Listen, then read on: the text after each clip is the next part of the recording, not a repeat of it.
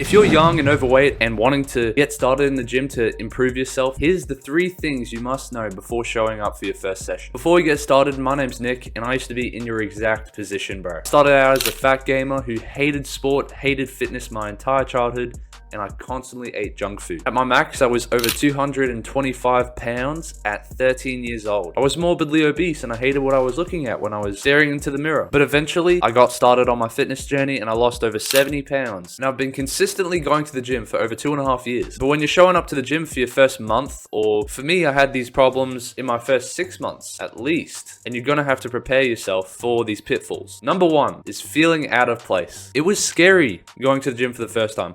Although I was eager, it's a new environment. You don't fit in, obviously, because you're new and you're around a bunch of other people who are probably way more experienced than you. You feel that you're new to an exercise and you could embarrass yourself. That's understandable. I was always insecure. Working out next to people, I'd always want to pick the furthest bench away from people or the furthest machine from the next person. If I was like 1.5 meters away from someone or less, then I'd probably like not do a set until they move or until I move. I also had these really long, weird warm-ups when I started and I felt like people looked at me stupid. Also, another insecurity, being fat. I'd try not to hang from bars too much because then that'd lift up my shirt and, you know, reveal the belly. Also, when I'd be waiting to use a machine and someone's using it, I wouldn't have the courage to ask them, how many sets do you have? Because I didn't want to step on people's toes. I was very socially awkward in that environment and it felt intimidating. But you can easily not have this problem by realizing that all the other people are there for the same reason that you are there. They're just a little bit further along the journey.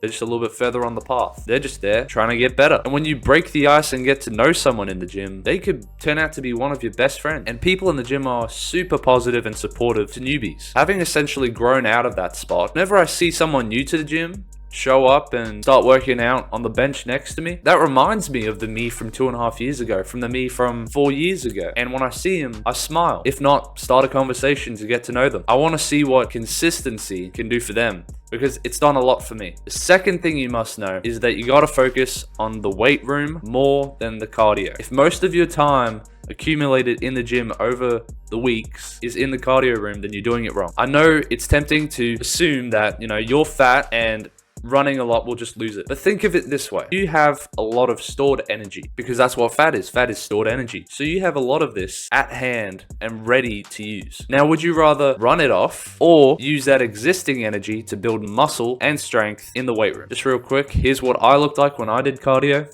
Yeah, I lost some weight, but didn't really look much more appealing. And here's what I looked like when I focused on weights, training harder, and dieting. Strength training, bodybuilding, anything to do with resistance training is superior along with diet over cardio anytime. You do not need cardio to lose weight. And you will look better if you're consistently lifting weights and hitting the gym and pushing yourself in the gym. So focus on the basics. Personally, I would recommend a full body split. This is only 3 times a week. So it's not like the biggest commitment you've ever done in the world. You're probably going to school more than that. You're probably working more than that in the total time it takes to get all these workouts done in the week. This hits all the major muscle groups 3 times per week. In fact, in the description, I've linked a 3-day full body workout split for free that you can use for your first session. So click the link, you can have it for free. The third thing is you have to set real expectations. Here's a photo of me on the first day of my gym journey. A couple months later, I took another photo, arms, chest bulging out with the muscle. Nah, just kidding. I look pretty much the same. I didn't see that much difference. But you have to understand you have to be consistent for months upon months. To see big changes requires big commitment. It won't happen overnight. So if you're still hesitant right now, don't worry. Just start. Just get started. Get your ass in the gym. It's not going to be an overnight freaking thing if you do it perfectly. You're not going to do it perfectly first time around. It's going to suck. You're going to be rough. The technique will be off. You'll think, oh, are these other people judging me? You'll think all these things. As long as you consistently show up and you consistently have an open mind to learn new things on training and nutrition, then you're set for success. But you just have to keep showing up month after month, year after year. Track your progress, and in a year's time, you'll look back and be grateful. I'm Nick Steep. See you in the next one. Peace.